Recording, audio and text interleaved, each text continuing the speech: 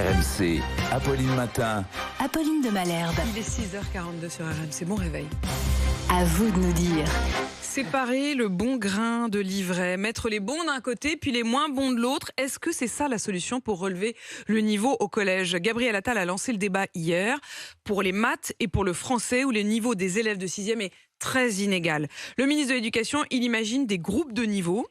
Les profs, eux, sont divisés, on va y revenir. Mais d'abord, qu'en pensent les élèves? Réponse au micro de Mahomet Kergarnier. Ce serait bien aussi de mixer quelques groupes parce que sinon, il y a des groupes qui seraient un peu moins forts que d'autres et ça serait vraiment pas bien pour eux. Aussi, en quelque sorte, il ne faudrait pas que les élèves se vexent s'ils sont dans un groupe moins bien, mais c'est aussi bien parce que comme ça, ils pourraient peut-être s'améliorer. Des groupes de niveau pour relever le niveau précisément. En tout cas, c'est ça l'objectif évidemment affiché par Gabriel Attal. Et vous, qu'est-ce que vous en pensez? Il y a notamment Agathe et Jean-François qui nous attendent déjà au 32-16. Bonjour Agathe. Bonjour. Agathe, vous êtes à Fontainebleau, en Seine-et-Marne, et vous êtes prof en CP, c'est ça? Oui, c'est ça. Alors Je racontez-nous. travaille en éducation prioritaire. D'accord. Donc nous, on a des petits effectifs. Vous avez combien d'élèves? J'en ai 12. 12. Donc c'est les fameuses classes qui ont été dédoublées en CP, on est bien d'accord, hein? C'est ça. Tout à Voilà. fait. Donc ça fait quelques années, depuis Jean-Michel Blanquer, que vous avez des demi-groupes. Exactement. Mais c'est pas des groupes en fonction du niveau, en revanche. Non, pas du tout. Et heureusement d'ailleurs. Alors heureusement d'ailleurs, vous n'êtes pas d'accord. Bah oui. Non, Non, et lui n'est pas d'accord non plus d'ailleurs. Enfin lui ou elle, je sais pas. non, parce que le but dans une classe, la base de notre métier, c'est de différencier, de pouvoir s'adapter à nos élèves. Ouais. Et avoir des bons élèves, ça nous permet également d'avoir une dynamique de classe. Ça nous permet de pouvoir mettre en place des choses, du tutorat, des aides, avoir un peu de dynamisme. Parce que quand on n'a que des élèves qui sont en difficulté, c'est pas pas ceux qui participent le plus. Donc ça devient vite assez mou. Ouais. Donc c'est ça qui est important, c'est d'avoir un peu. Vous avez besoin de locomotives quoi dans une classe qui puisse. Exactement. Mais du coup, l'idéal, ça serait qu'on ait des petits effectifs partout.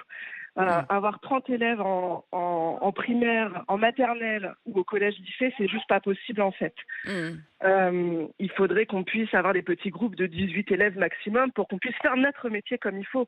Différencier, mettre avec des attentes plus importantes, du travail plus difficile entre guillemets pour des élèves qui en ont besoin, qui sont bons, et à l'inverse, pouvoir s'adapter vraiment à ceux qui sont en difficulté. En fait, si je vous écoute, Agathe, ce que je comprends, c'est que vous êtes pour, en effet, des groupes, mais pas des groupes selon le niveau.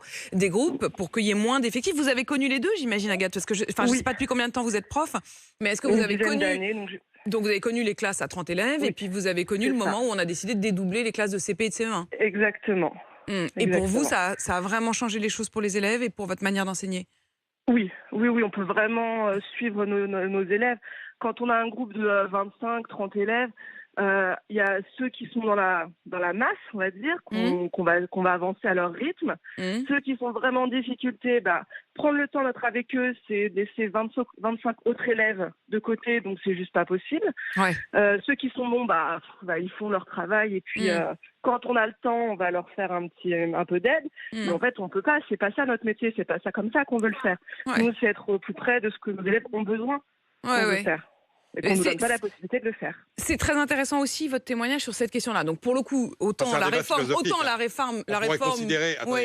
on pourrait considérer, parce que la réalité c'est quand même que quand il y avait ces classes, il y avait des classes entières par niveau.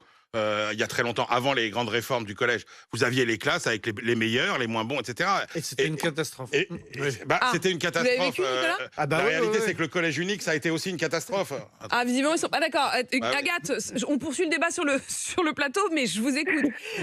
Nicolas, vous l'avez vécu, vous, ces classes par niveau ? Jusqu'en 76, jusqu'à la réforme Abi. À la fin du primaire, donc en CM2, vous étiez orienté vers la 6e 1, 6e 2 ou 6e 3. 6e 3, c'était... Et en plus, c'était en fonction, c'est-à-dire qu'il y avait vraiment un numéro genre, si vous étiez en 6e 3, c'était bon. 6e 1, c'était général, 6e 3, c'était l'apprentissage. Et moi, j'étais orienté vers la 6e 3, parce que j'étais pas bon. Ouais. Et donc, mes parents m'ont mis dans le privé, sinon j'aurais été chaudronnier, parce que c'était vers ça qu'on m'avait orienté. Ouais. Donc, le collège unique, c'était quand même...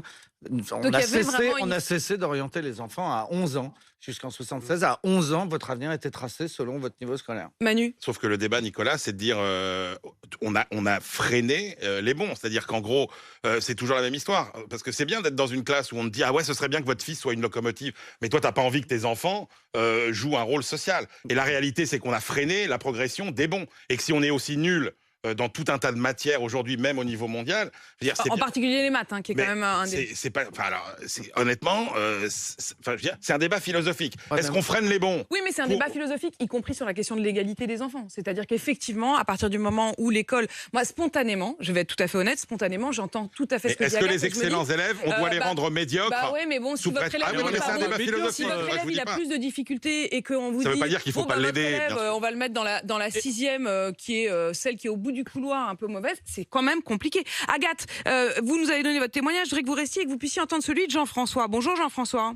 Bonjour. Jean-François, bienvenue sur RMC, je crois que c'est la première fois que vous composez le 32-16. Merci à vous, c'est gentil. On est bien content de vous entendre. Vous êtes sur la route, vous venez de l'Aude, vous êtes routier. Comment est-ce que vous voyez les choses? Est-ce que vous estimez qu'il faut faire des groupes de niveau? Si je comprends bien, vous êtes parent vous aussi, hein? Oui, je suis parent, tout à fait. Je suis complètement d'accord avec ce que le ministre propose. Parce que quand j'entends qu'il y a l'école avec les classements de 6e 1 à l'époque, avec les chiffres, Charles tout à l'heure disait que ça stigmatisait. Ça ne stigmatise pas, pardon. Parce que justement, à l'époque, quand on était en 6e 1, on disait qu'on était les meilleurs. Quand on était en 6e 8, on disait qu'on était des cancres. Donc je pense que c'est pas bon. J'entendais le papa tout à l'heure qui disait que il n'était pas d'accord parce qu'il le ferait lui-même. Mais qu'est-ce qui s'est passé pour votre enfant, vous, Jean-François? Il n'a pas eu d'aide. Il n'y a pas eu d'aide et j'aurais préféré que ce soit même bien avant. C'est-à-dire votre enfant, il avait des difficultés en classe? Ah, mais il avait des difficultés, oui, et que ce soit, il n'y avait pas qu'en maths et en français.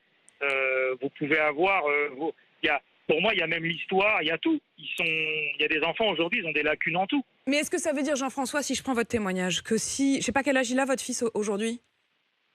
Il va bientôt avoir 18 ans, mais aujourd'hui, il est complètement largué. Et quand je vous dis qu'il est largué, c'est que c'est impressionnant une ville de France, il ne la connaît pas, les maths, le français, l'écriture, c'est une catastrophe. Si ça avait été mis en place, je pense que ça lui aurait été bénéfique. Vous auriez préféré qu'il soit dans un groupe avec les élèves qui ont plus de difficultés, mais auxquels, du coup, il y aurait eu plus d'attention, plutôt que de se retrouver à parfois devoir courir derrière des élèves pour qui, visiblement, c'était plus fluide. J'entendais la dame tout à l'heure, excusez-moi, elle disait qu'elle était professeure, mais qu'elle pouvait pas, elle était d'accord, mais qu'elle pouvait pas s'occuper exactement des personnes qui étaient en difficulté. Mais si on ne les aide pas justement en prenant du temps, c'est là qu'on fait justement qu'ils sont complètement largués, ces gamins-là. Alors que si on les met avec des enfants qui sont de leur même niveau, je peux vous assurer que ça rattraperait. On ne va pas dire que les bons ne doivent pas être bons. Au contraire, on va les laisser rester bons. Mais il faut que les enfants qui sont en difficulté soient aidés. Et je pense qu'il faut même le faire même avant, peut-être pas à la maternelle, mais dans le cours préparatoire, je pense qu'il faut le faire. Et ça aiderait beaucoup d'enfants.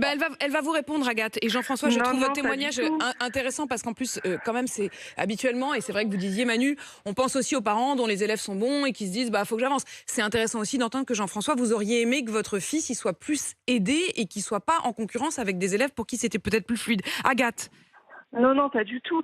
Le problème, c'est que même si on met tous les élèves en difficulté, s'ils sont 25 dans la classe, on n'ira pas voir les 25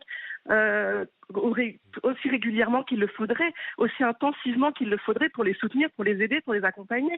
On ne peut pas se découper en 25 quotidiennement, à toutes les 10 minutes, aller les voir, parce que les élèves en grande difficulté, il faut être pratiquement 24 heures, dans les 6 heures de classe, avec eux pour les guider. Et 25 élèves, qu'ils soient bons ou pas bons, ça ne change rien. On ne peut pas être avec eux tout le temps.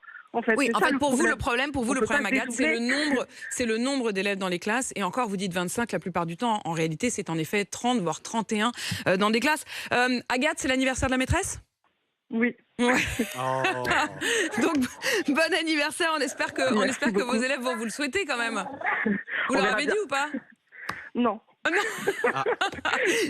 Bah, en tout cas, Mais vous mes l'avez collègues glissé. s'en chargeront, je suis Bon, sûre. les collèges s'en chargeront et nous, on s'en charge aussi. Très bon anniversaire, Agathe. Et très belle journée à Jean-François. Merci d'avoir composé le 32-16. Vous êtes désormais partie de la famille RMC. Merci pour votre témoignage. C'est précieux. On poursuivra ce débat tous ensemble. Je vous attends au 32-16.